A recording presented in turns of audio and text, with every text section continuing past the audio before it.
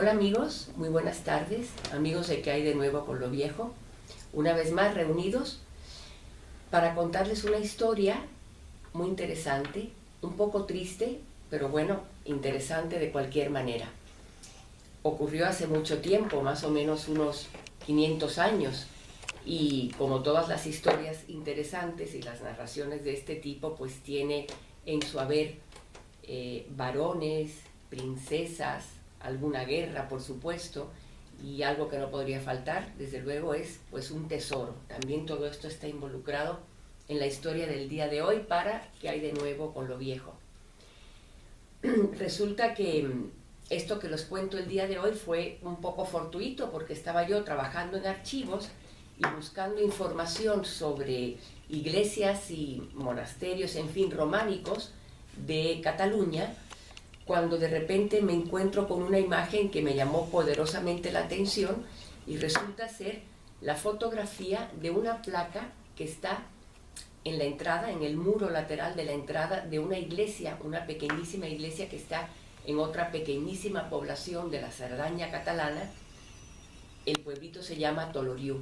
Pues en la iglesia de San Jaume, Santiago o San Jaime en castellano, hay una placa que reza lo siguiente.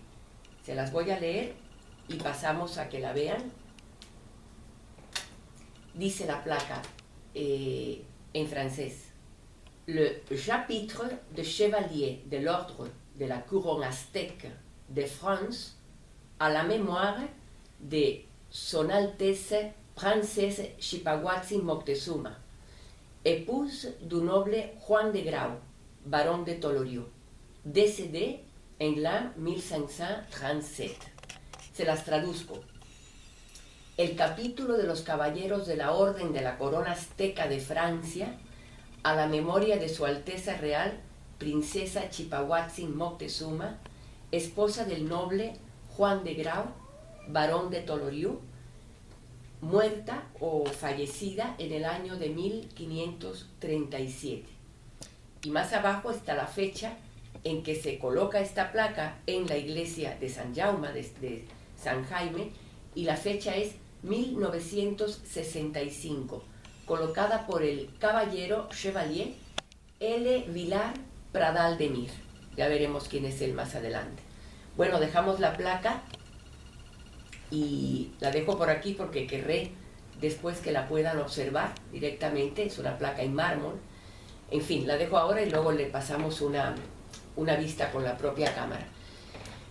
Vuelvo a la historia, porque claro, rompí lo que estaba yo haciendo en el momento, lo dejé para otra ocasión y me puse a investigar qué cosa era eso que me había yo encontrado. Me llamó poderosamente la atención encontrarme una placa que menciona a una princesa azteca en 1536, muerta en el 37, en medio de la Cerdaña catalana. Dice uno, ¿qué es esto? Bueno, pues por ahí empezó mi historia y me encontré con bastante documentación y ahora os cuento qué cosa leí yo también.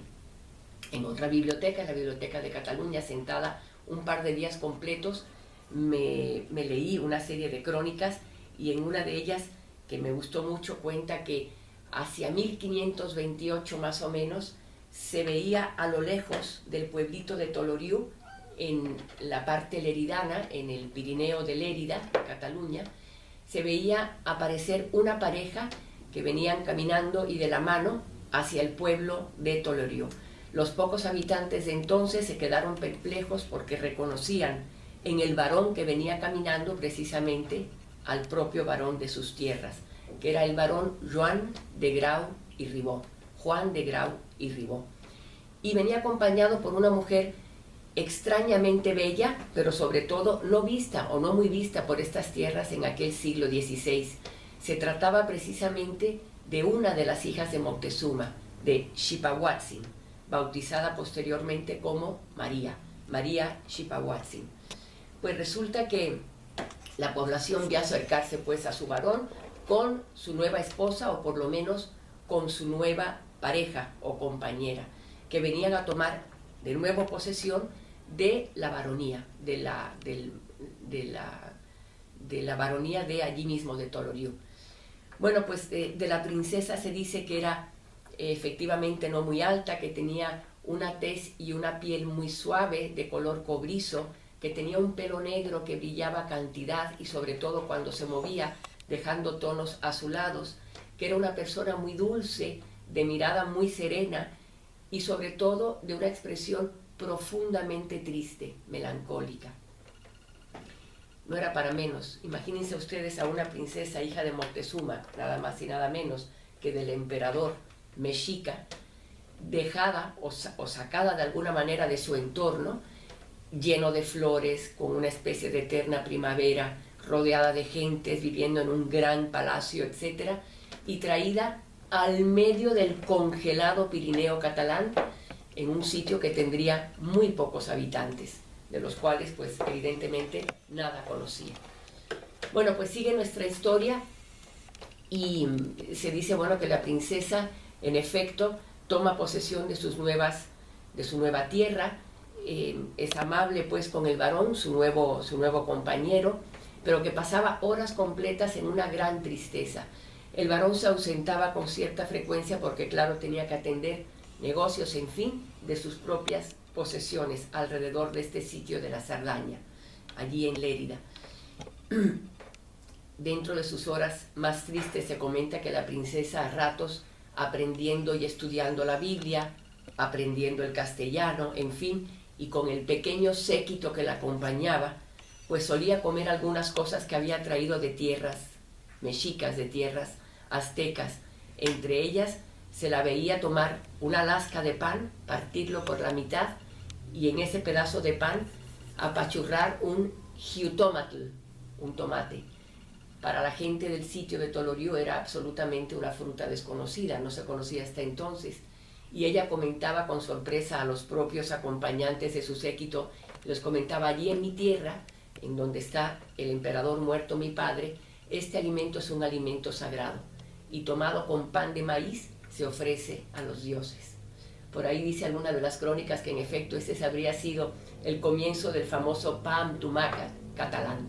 Pero bueno, sea o no como sea, lo que se comenta era que la princesa vivió eternamente triste, que la tristeza se reflejaba casi siempre en un frío que jamás se pudo sacar del cuerpo, mientras vivió allí en Toloriu. El varón, preocupado cuando volvía a ella, trataba pues de reanimarla, en fin, hacían largas caminatas a otra posesión muy bonita que tenían a unos cuantos kilómetros del pequeño pueblo de Toloriu. La otra población era muy cerquita, en una zona que le llaman el Quer Foradat, probablemente unos 8 o 10 kilómetros, que solían hacer tranquilamente andando algún domingo, con parte del propio séquito que acompañaba a la princesa y al propio varón. El lugar a donde iban se llama, y todavía existe, queda en un estado ruinoso, se llama la Casa Vima. La Casa Vima, actualmente es el nombre, pues en realidad se trata de un mas, en francés, de una masía catalana, que fue muy bonita. En toda aquella zona se decía también pues que la princesa tenía largas caminatas, en fin, se la pasaba leyendo y muchas veces también rezando. Yo creo que lo que más hacía sería añorar su propia tierra. En fin, haremos un recorrido una vez terminado este primer comentario mío con ustedes, el que hay de nuevo con lo viejo, pues para conocer tanto el pueblito de Toloriu como la masía de Casa Vima, allí en el Pirineo leridano, de Lérida. En fin, se sabe que dentro de toda esta tristeza, pues de la compañía entre el varón y la propia princesa, nació un vástago. Al niño le pusieron igual cristianamente Joan Pera, es decir, Juan Pedro. Juan Pedro Grau y Moctezuma, hijo de ambos. Eso fue en 1536, ya tenían algunos años viviendo en Toloriu y la princesa totalmente desarraigada. La tristeza pues nunca se le quitó y tal como reza la placa que les comenté al principio, en 1537, cuando el bebé tendría escaso un año de edad, la princesa fallecía siendo enterrada precisamente en la misma iglesia de San Jaime allí en Toloriu. Como comenté al principio, la historia está llena de narraciones interesantes y entre ellas alguna muy importante que sería que quizá parte del afamadísimo tesoro de Moctezuma fuera a parar con Xipahuatzin a tierras catalanas, allí a Casa Bima, al Quer Foradat. Quer Foradat en realidad quiere decir una especie de peña horadada, porque el sitio queda en una especie de hondanada de la propia Sierra del Cadí, que es imponente tanto como congelada. Bueno, pues fue tan importante todo esto que la narración esta o la leyenda de que allí estaría enterrado gran parte del tesoro de Moctezuma, pues convirtió al sitio desde entonces en un lugar altamente visitado y altamente profanado de alguna manera, buscando ese pretendido tesoro. Bueno, de momento yo quisiera dejarlo aquí, porque lo que de verdad quiero hacer con todos ustedes es que nos demos una vuelta tanto a Toloriu como al Quer Foradat, a la Casa Bima. Y nos vemos pues en próximas sesiones. Un placer. Hasta la próxima.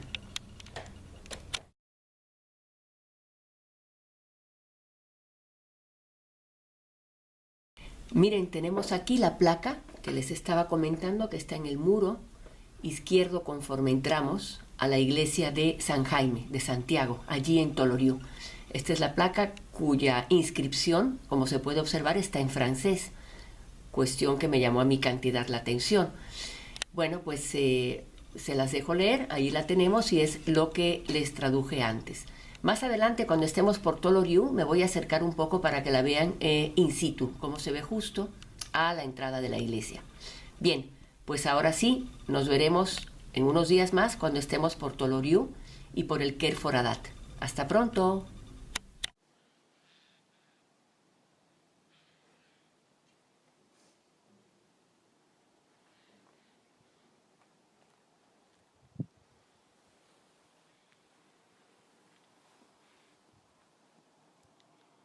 Pues el matrimonio de los varones, del barón Juan de Grau y de Xipahuatzin, la princesa hija de Moctezuma, habían pasado su vida aquí en Toloriu, en esto que queda del castillo. En realidad, el castillo ya no existe, nos queda este pedazo de torre, que seguramente serviría también como muralla defensiva.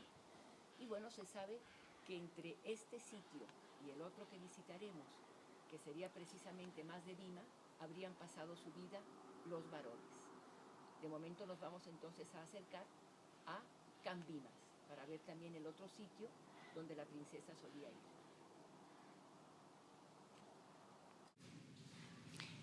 En esta iglesia, justamente debajo del altar mayor de lo que fue esta iglesia, habría estado enterrada nuestra princesa Náhuatl. Bien, hay una placa inclusive que la recuerda. Me acerco para ver la placa y ya después os diré exactamente, cuento qué es lo que dice, porque como está en restauración, prácticamente no se ve. Dejamos Toloriu y a nuestra princesa con su castillo y tomamos camino para ir hacia el Mas de Bimas. Y seguimos contando nuestra historia, porque en este sitio es uno de los sitios que habría el matrimonio andado diversas veces para pues pasar los domingos, etc. Amigos, ¿qué hay de nuevo con lo viejo? Pues hemos dejado Toloriu, pero seguimos en la zona de Lleida, aquí en el Pirineo leridano que habíamos dicho antes. Estamos en una zona, tanto Toloriu como aquí, Can Bimas, o el Mas de Bimas, que decimos la Casa Bimas, queda en la zona, como decíamos antes, que se llama el Quer Foradat. Quer, habíamos dicho en catalán, es una especie de peña, y Foradat es como un agujero, una especie de herida en la peña, por así decirlo. Y se puede ver perfectamente que en efecto estamos como en una especie de hoyo en esta parte. Bueno, pues se dice que nuestro matrimonio, el de los varones, precisamente de Xihuapatzin y el varón de Toloriu, harían sus caminatas desde Toloriu aquí a Cambimas. Esto habría sido propiedad del mismo varón. Y aquí pasaban también temporadas. Como se puede ver, todavía un lugar más aislado. Cuenta la misma leyenda que en efecto, tanto en Toloriu como aquí en Cambimas, pues habría podido estar enterrado parte del tesoro de Moctezuma traído por la princesa, por Xipahuatzin, aquí también, a esta zona. Si es verdad o no lo es, el asunto es que el sitio ha sido constantemente excavado en busca precisamente de ese supuesto tesoro. Igual que le pasó a la iglesia en Toloriú, donde estaría enterrada la princesa, que habría muerto el 10 de enero de 1537. En fin, se sabe también que en época nazi habrían comprado toda esta parte de territorio para excavarlo totalmente y buscar aquel tesoro que hasta el momento, en efecto, pues no ha aparecido. Bueno, tomemos una buena vista del lugar del Kerfuradat, que es una preciosidad, y ahora les cuento cómo termina nuestra historia del día de hoy.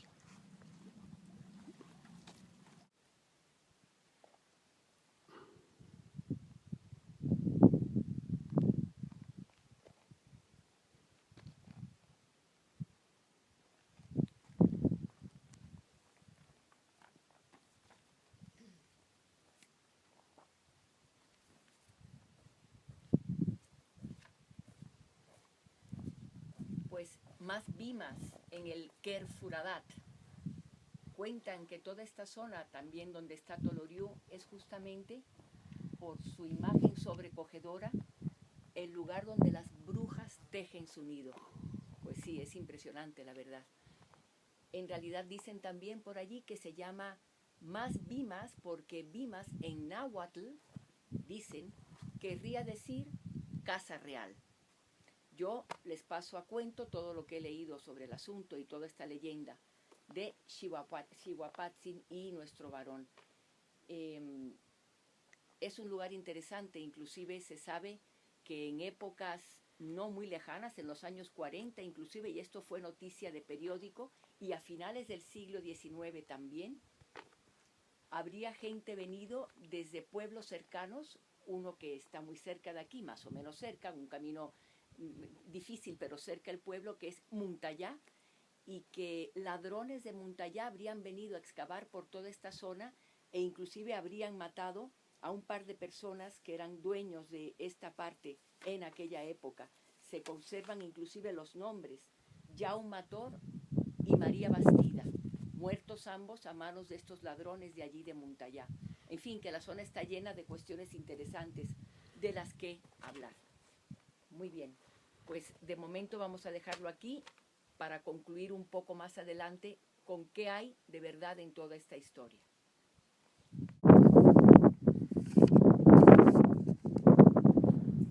Pues ahora ya toca contar todo este asunto de leyenda o de historia. Y acabo como empecé. La historia llena de verdades muchas veces es olvidada. Y las leyendas con puros cuentos constantemente se recuerdan. Pues les cuento una cosa. Todo lo que les he estado comentando sobre nuestra princesa Xipahuatzin y sobre nuestro varón, Joan de Grau, es mentira, totalmente mentira. Así como en efecto los nombres son reales y en efecto Moctezuma II, Xocoyotzin, pudo haber tenido entre sus 19 o 20 hijos una princesa Xipahuatzin, y como también existe el nombre de Joan de Grau y Ribó, la leyenda armada y cosida entre ellos dos es absolutamente una invención, es mentira, pero qué bonita es, ¿verdad que sí? En fin, todo esto lo sabemos gracias a, entre otras cosas, un trabajo muy serio que lo quiero recomendar ampliamente. Fue el trabajo de la escritora Rosalía Pantebra, la publicó Sulsona Comunicaciones, y su libro maravilloso, que lo leí completo, se llama Vima y el Kerfuradat. Exactamente qué es la zona, el Kerfuradat, que es la zona en donde estamos. Pues allí cuenta ella, porque es ella nacida en la zona, ama profundamente toda su tierra, etc. Pues allí nos cuenta claramente qué fue lo que pasó y por qué un hombre que sí efectivamente puede haber sido descendiente de este supuesto varón, porque comparte el mismo apellido, se inventara esta historia sobre los años finales de los 30s, 40s. El hombre era un gran impostor y vivió mintiendo, diciendo que era el heredero legítimo tanto de Joan de Grau, él se habría llamado por aquí, Guillem de Grau y Rifé, y habría dicho que era descendiente también del propio Moctezuma por vía de su hija rebautizada María, la supuesta princesa Xipahuatzin. Bueno, fue todo mentira, pero este hombre vendió una cantidad enorme de medallas, condecoraciones, títulos nobiliarios que eran absolutamente una invención por él, pero lo más impresionante del asunto es que la gente los compraba. Hubo magistrados importantísimos incluso en Barcelona y en otras partes de Cataluña que así lo hacían. El hombre convocaba, nuestro nuevo, el Guillem de Grau, a una fiesta anual, una cena maravillosa de gala, en las que estarían requeridos todos estos supuestos descendientes, aparte de él, del propio Moctezuma II, que habrían comprado estos títulos falsos nobiliarios. El hombre hizo mucho dinero y llegó a tal grado el escándalo que ya entonces sí que ya fue buscado por la policía barcelonesa, mandado por el gobierno central. Se sabe que entonces en un momento determinado lo que hizo este hombre de Grau y Ribó fue, Rifé, perdón, fue escaparse. Se escapó a Andorra y allí parece ser que se le pierde el rastro. Muy probablemente vivió escondido y vivió de alguna manera huido de la justicia. Pero la verdad es que la historia que se inventó, si no hubiera habido este fraude enorme, pues fue una historia preciosa. A mí misma me costó trabajo dejar de creer en ella en algún momento determinado, ¿no? Pero bueno, ahí queda nuestra historia y ahí queda otro eslabón más que puede unir en todo caso a México y a España, vía pues Cataluña. Nada más un último comentario. El hecho de que hubiera pensado él que Vima habría sido el nombre en náhuatl de casa real o sitios reales es otra invención. Nuestra autora que decíamos, Rosalía Pantebra, habla precisamente de una especie de arbusto que se llama vimetera. De este arbusto y de sus fibras se saca un material muy interesante para hacer canastas, con lo cual también esto habría sido inventado. Yo busqué en mi diccionario náhuatl castellano, náhuatl español, y no existe para nada un vocablo que se llame de esta manera. Pero bueno, hasta allí llegó la invención de este hombre, que de alguna manera muchos otros pues también creyeron. Y aquí se acaba pues nuestra historia de amor de Xipahuatzin y el varón de Toloriú.